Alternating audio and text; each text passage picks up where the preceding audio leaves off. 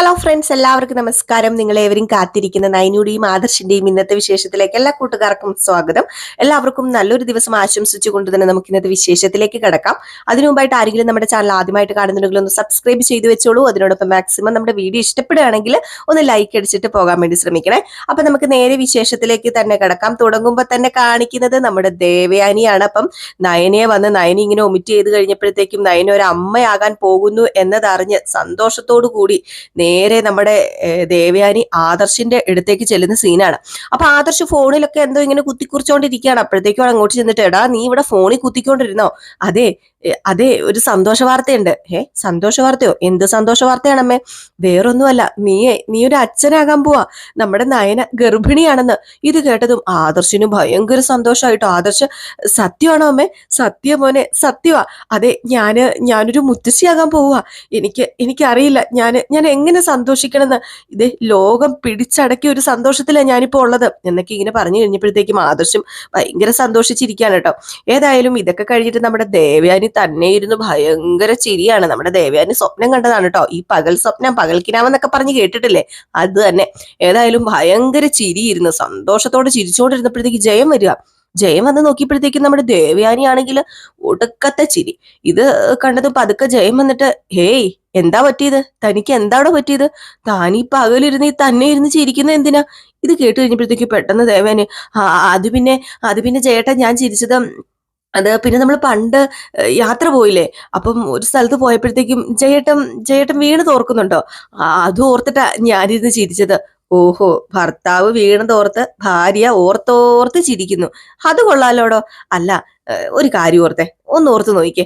അന്ന് ജയേട്ടൻ വീഴുന്നു, വീണ്ടും എണീക്കാൻ നോക്കുന്നു, വീണ്ടും വീഴുന്നു, എണീക്കാൻ പറ്റുന്നില്ല, വീണ്ടും വീഴുന്നു. അപ്പോഴത്തേക്കും ജയൻ പറഞ്ഞു, അത് ശരിയാ, താൻ എന്നെ പിടിക്കാൻ വന്നിട്ട് താൻ വീണില്ലേ എന്നും പറഞ്ഞ് നമ്മുടെ ജയനും ഭയങ്കരമായിട്ട് അങ്ങ് ചിരിക്കാണ് കേട്ടോ. ഏതായാലും ഈ ചിരിച്ചു കഴിഞ്ഞപ്പോഴത്തേക്കും ദേവയാനി പറഞ്ഞു, ഇപ്പം ജയേട്ടന് ചിരി വന്നില്ലേ? അതോർത്തിട്ടാ എനിക്ക് ചിരി വന്നത്. അതൊക്കെ ഒരു കാലമാടോ. ഏതായാലും അന്ന് നമ്മൾ ഒരുപാട് സ്ഥലത്തൊക്കെ കറങ്ങാനൊക്കെ പോകുമായിരുന്നു. പക്ഷെ എന്ത് ചെയ്യാനാ, പതിയെ പതിയെ നമുക്ക് ഓരോരോ ബാധ്യതകളൊക്കെ വന്നു. നമുക്ക് ജ്വല്ലറിയുടെ കാര്യങ്ങളൊക്കെ നോക്കേണ്ട കാര്യം വന്നു. അതേ, പിന്നെ നമ്മൾ ഒരു സ്ഥലത്തും പോയിട്ടില്ല. പിന്നെ ഇപ്പൊ നമ്മൾ ഫ്രീ ആണല്ലോ.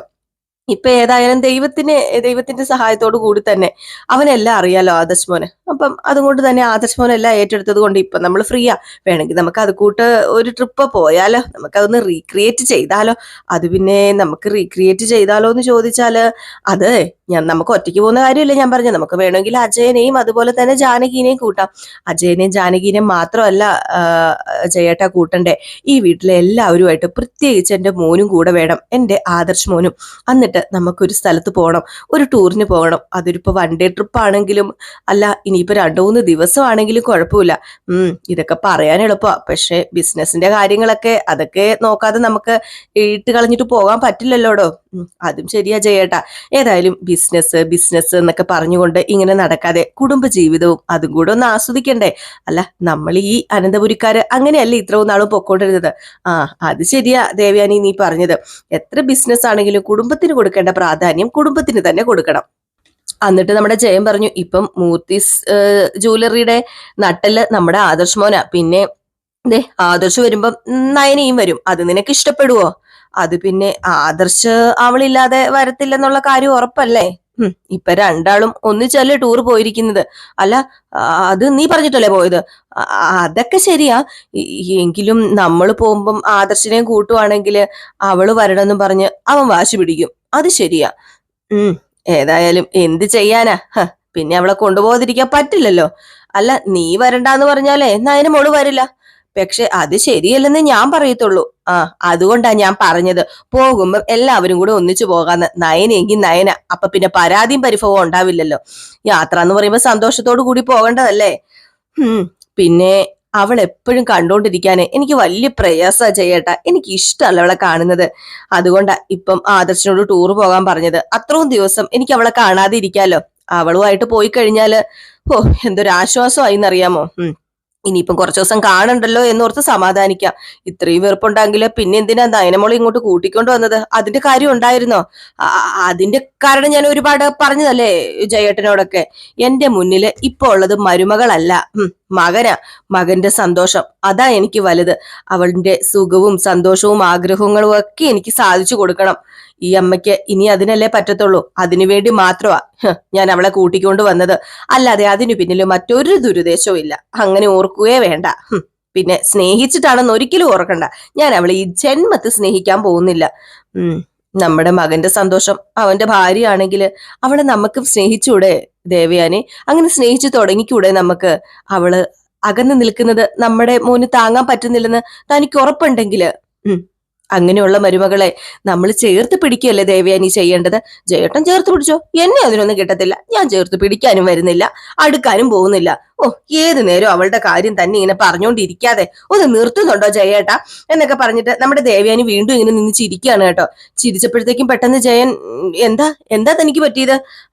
അത് പിന്നെ ജയേട്ടാ വീണ്ടും വീണ കാര്യം ഓർത്ത് ചിരിക്കുകയാണോ? അത് വേണമെങ്കിൽ അങ്ങനെയും പറയാം എന്ന് പറഞ്ഞു. അതിൽ ഇത് കഴിഞ്ഞ് കാണിക്കുന്നത് പിന്നെ നമ്മുടെ നയനയും ആദർശനെയാണ് കേട്ടോ. അങ്ങനെ നമ്മുടെ നയന ഇങ്ങനെ കണ്ണാടിക്ക് ഫ്രണ്ടിൽ പോയി നിൽക്കുമ്പോഴത്തേക്ക് നമ്മുടെ ആദർശ് പുറകിലൂടെ പതുക്കെ വന്ന് നയന ഇങ്ങനെ ചേർത്ത് പിടിക്കാണ് കേട്ടോ. എന്നിട്ട് ഒരു ചെറിയൊരു ഉമ്മയൊക്കെ കൊടുക്കുക. അപ്പോഴത്തേക്കും നമ്മുടെ നയന ചോദിച്ചു, എന്താ ആദർശേട്ടാ ഇത്? വിട്. ഞാനേ എന്റെ ഭാര്യയെ നന്നായിട്ട് സ്നേഹിക്കാനാ ഇങ്ങോട്ട് കൂട്ടിക്കൊണ്ട് വന്നത് എന്ന് പറഞ്ഞ് രാപ്പകലില്ലാതെ ഇങ്ങനെ സ്നേഹിക്കണോ? ഒരു വിശ്രമം വേണ്ടേ? വിശ്രമമൊക്കെ വേണം. എങ്കിലും നമ്മളെ ഉടനെ മടങ്ങിപ്പോകും. അതുവരെ നമ്മുടെ മുന്നില് രാവുമില്ല പകലുമില്ല. നമ്മുടെ ദിവസം മാത്രമാ. ഏത് സമയം നമുക്ക് ഒരുപോലെയാ. അത് നീ മറക്കരുത് എന്നിങ്ങനെ പറയുകയാണ്. ഏതായാലും നമ്മുടെ നയനയ്ക്ക് ഇങ്ങനെ നാണമൊക്കെ വരിക. അപ്പോഴത്തേക്ക് നയന പറഞ്ഞു, അതെ ഇന്നലെ രാത്രി ഒട്ടും ഉറങ്ങിയിട്ടില്ല. ഉറങ്ങിയില്ലെങ്കിൽ എനിക്ക് കുഴപ്പമൊന്നുമില്ല. അസുഖക്കാരനെ ആദർശ, ഞാനല്ല. ആര് പറഞ്ഞു ഞാൻ മാത്രം അസുഖക്കാരനെന്ന്? നീ അസുഖക്കാരിയല്ലേ? നീയെ എന്റെ അമ്മയ്ക്ക് കരള് പകത്ത് കൊടുത്തിട്ട് നിൽക്കുക, അത് മറന്നു പോകരുത്. അപ്പം എന്നെക്കാൾ കൂടുതൽ നിന്റെ ആരോഗ്യത്തെ കുറിച്ചാണ് നീ ചിന്തിക്കേണ്ടത്. എനിക്കൊരു കുഴപ്പമില്ല ആദർശേട്ടാ.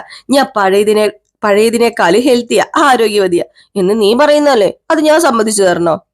അമ്മ പ്രത്യേകം പറഞ്ഞിരിക്കുക, മകനെ നന്നായിട്ട് നോക്കണമെന്ന്. മകനെ നന്നായിട്ട് നോക്കണം. അതുപോലെ തണുപ്പുള്ളത് കൊണ്ട് ശ്വാസം മുട്ടൽ വരുമെന്ന് അമ്മയ്ക്ക് പേടിയുണ്ട്. എത്ര വലിയ ശ്വാസം മുട്ടൽ വന്നാലും എന്റെ അരികിൽ എന്റെ ഭാര്യ ഉണ്ടല്ലോ, പിന്നെ എന്തിനാ ഞാൻ പേടിക്കണത്? എനിക്ക് പേടിക്കേണ്ട കാര്യമേ ഇല്ല. അതുകൊണ്ട് എന്റെ അമ്മ പേടിക്കത്തുമില്ല. എന്റെ അമ്മയ്ക്ക് അറിയാം നീ എന്നെ നന്നായിട്ട് നോക്കുന്നു. പിന്നെ അമ്മമാരെപ്പോഴും മക്കളെ ഓർത്ത് ഇങ്ങനെ സങ്കടപ്പെട്ടുകൊണ്ടേ ഇരിക്കുമെന്ന് പറഞ്ഞപ്പോഴത്തേക്കുമാണ് പെട്ടെന്ന് ഒരു ഫോൺ കോൾ വരുന്നത്. വേറെ ആരുമല്ല, നമ്മുടെ ദേവയാനിയാണ് വിളിക്കുന്നത്. അപ്പോഴത്തേക്കും തന്നെ നമ്മുടെ നയന പറയാം, അമ്മേനെ കുറിച്ച് ഓർക്കോ പറയോ ചെയ്യുമ്പോ തന്നെ അമ്മ വിളിക്കുകയാണല്ലോ. അതാ അമ്മയും മകനും തമ്മിലുള്ള ആത്മബന്ധം.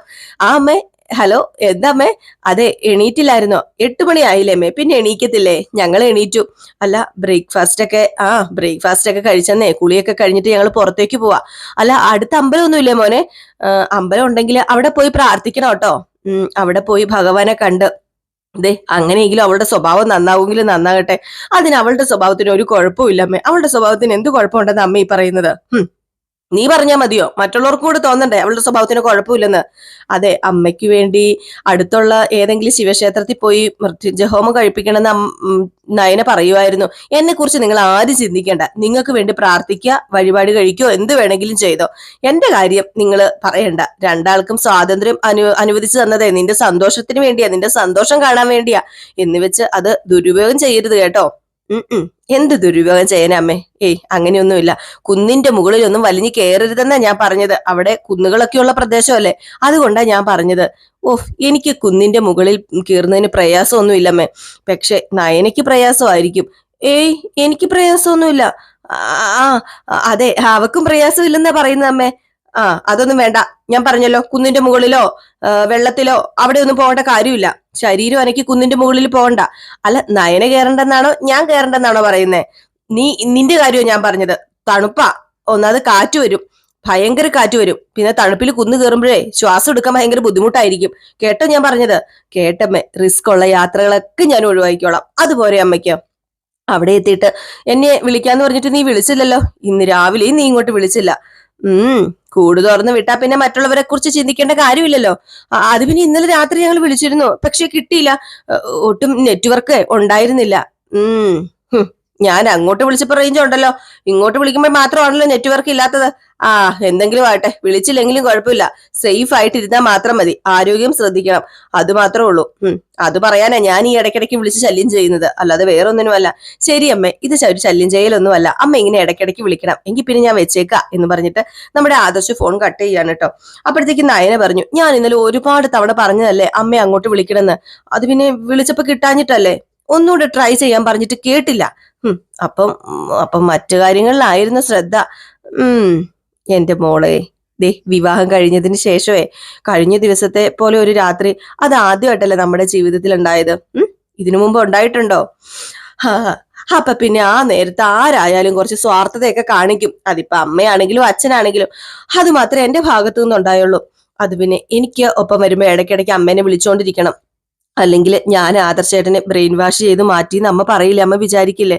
അങ്ങനെ ഒരു തോന്നലുണ്ടായ പിന്നെ ഇതുപോലെയുള്ളൊരു യാത്രയ്ക്കൊന്നും ഇനി അമ്മ സമ്മതിക്കില്ല, എനിക്കറിയാന്നേ. അതുകൊണ്ട് ഇനി ഞാൻ ശ്രദ്ധിച്ചോളാം, പോരെ?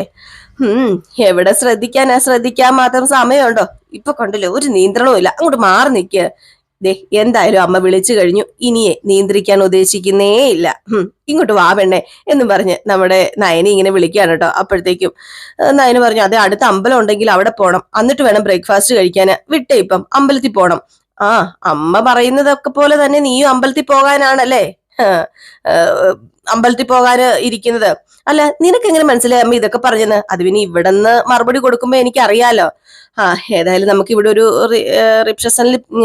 റിസപ്ഷനിൽ ചെന്നിട്ട് ചോദിക്കാം, ആരോടെങ്കിലും ചോദിക്കാം ഇനി ഇവിടെ അമ്പലം വല്ലതും ഉണ്ടോന്ന്.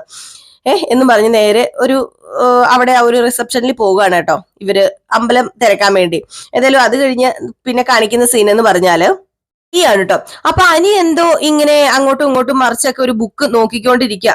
അപ്പോഴത്തേക്കും നമ്മുടെ അനാമിക വന്നിട്ട് ചോദിച്ചു, അല്ല നീ എങ്ങോട്ടേക്ക് പോവാ? അത് പിന്നെ ഏട്ടനില്ലല്ലോ, അതുകൊണ്ട് കമ്പനി കാര്യങ്ങളൊക്കെ നോക്കണം, ഉത്തരവാദിത്തമുള്ള ഒരു ജോലി എന്നെ ഏൽപ്പിച്ചേക്കുന്നത്. ഓ, ആ ഉത്തരവാദിത്തം നീ കാണിക്കുന്നുണ്ടോ? ശരിക്കും നീ കമ്പനിയിലേക്ക് തന്നെയാണോ പോകുന്നത്? അല്ല, നീ ഇപ്പൊ വലിയ അന്വേഷണത്തിലല്ലേ, പോരെ, എന്റെ പിന്നാലെ പോരെ.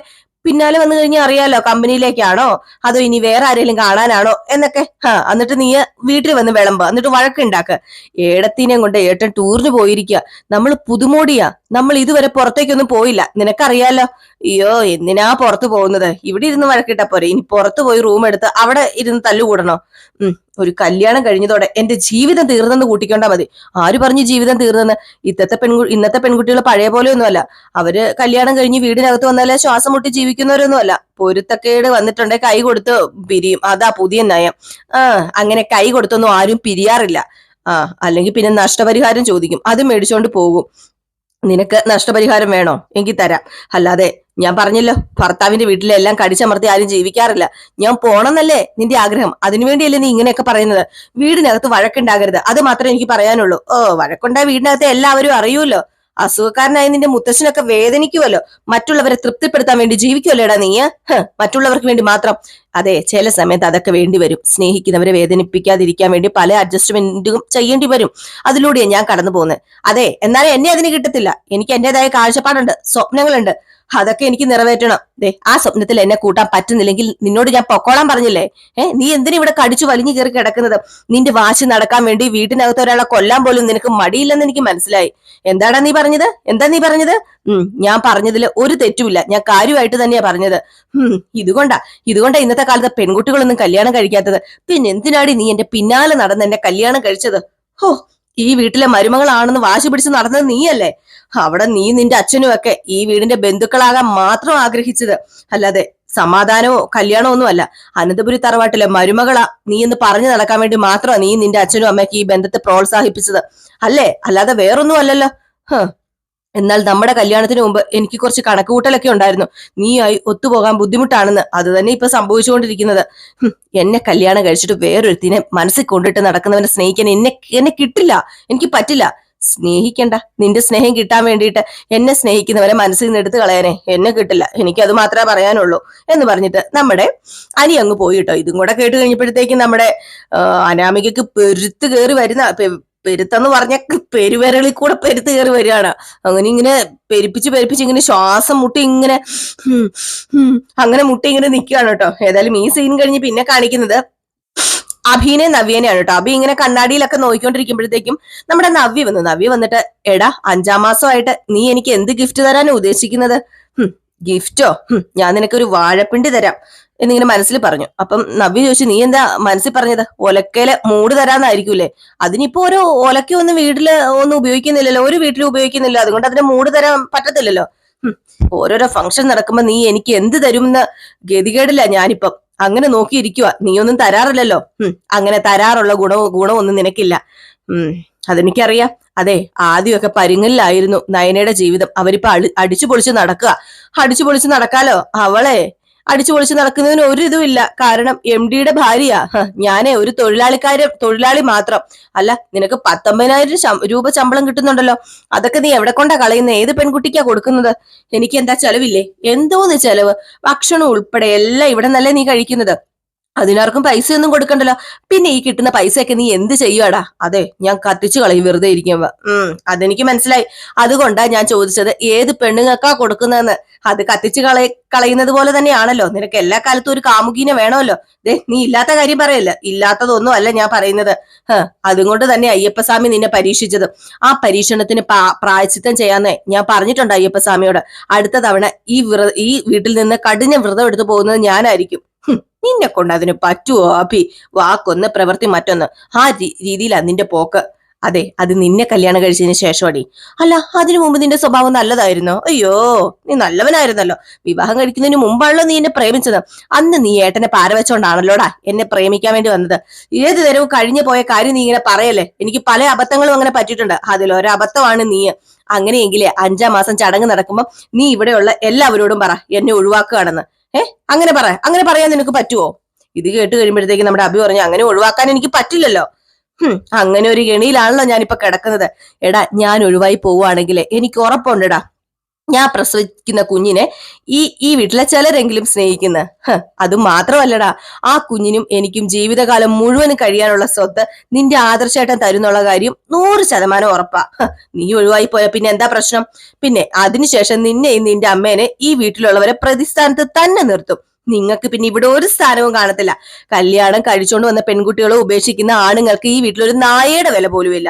അതെനിക്ക് ഇത്രയും കാലത്തെ ജീവിതം കൊണ്ട് നന്നായിട്ട് മനസ്സിലായി. അതുകൊണ്ടാ നീയൊക്കെ രക്ഷപ്പെട്ടു പോയത്.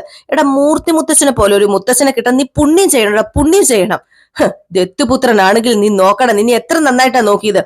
ഈ നാട് മുഴുവൻ ചുറ്റി കറങ്ങി നോക്ക് നീ. ഇതുപോലൊരു തലയെടുപ്പുള്ള മുത്തച്ഛനെ വേറൊരു സ്ഥലത്തും കാണത്തില്ല. എന്തോ മുജ്ജന്മ സുഹൃതം കൊണ്ടാ ഞങ്ങൾക്ക് ഇങ്ങോട്ടേക്ക് വരാൻ കഴിഞ്ഞത്. എന്നാ സ്വന്തം കൊച്ചുമോനല്ലെങ്കിലും നിന്നെ അങ്ങനെ കരുതി സ്നേഹിക്കുന്ന തണലില് ജീവിക്കാൻ കഴിയുന്ന നിന്റെ ഭാഗ്യമാണെന്ന് നീ ഇതുവരെ തിരിച്ചറിഞ്ഞിട്ടില്ല. ആ ഭാഗ്യത്തെ നീ തട്ടിത്തെറിപ്പിക്കുക. അവരുടെ സ്വത്തും പണവും മാത്രമാണ് നീ ഉന്നം വെക്കുന്നത്. നാണമില്ലല്ലോടാ നിനക്ക്. എടാ, നിന്റെ മനസ്സിന് ആരോടും സ്നേഹമില്ലല്ലോടാ, കടപ്പാടില്ലല്ലോടാ. ആരോടില്ല സ്നേഹം വേണ്ടേ? അതെ, നിന്റെ 5ാം മാസ ചടങ്ങ് നടക്കാൻ പോവല്ലേ, അതിനിടയ്ക്ക് വെറുതെ അടിക്കും വഴക്കിനൊന്നും നിൽക്കണ്ട. മലയ്ക്ക് പോകുന്നതിന് മുമ്പ് ഒരിക്കലെടുക്കണമെന്ന് പറഞ്ഞപ്പം അത് ഞാൻ തെറ്റിച്ച കാര്യം എല്ലാവരോടും പറഞ്ഞില്ലേ നീ കൊട്ടിഘോഷിച്ച്? നീ മലയ്ക്ക് പോയതിനു ശേഷമാണ് ഞാനത് പറഞ്ഞത്. ആ നേരത്ത് പറഞ്ഞത് കൊണ്ട് ഒരു കുഴപ്പം ഉണ്ടായില്ല. ഞാൻ പറയുന്നില്ല. ഏതായാലും ഇനിയിപ്പം ഞാൻ പറഞ്ഞില്ലെങ്കിലും ഈ വീട്ടിലെ എല്ലാവർക്കും അറിയാം നീ വ്രതം തെറ്റിച്ചതാണെന്ന്. അറിയാലോ. എന്നാലും ആദർശേട്ടന്റെ അനിയുടെയും കൂടെ ജീവിച്ചിട്ട് നീ നന്നായില്ലല്ലോടാ. ശരിക്കും നീ വഴി തെറ്റിപ്പോയല്ലോടാ. വഴി തെറ്റിപ്പോയ നായ.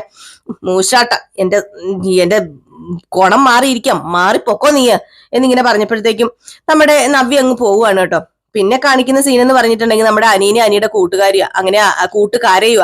അനി പറയാ, ഹണിമൂൺ ട്രിപ്പ് പോണെന്ന്. അതുകൊണ്ട് യാതൊരു പ്രയോജനവും ഇല്ലടാ.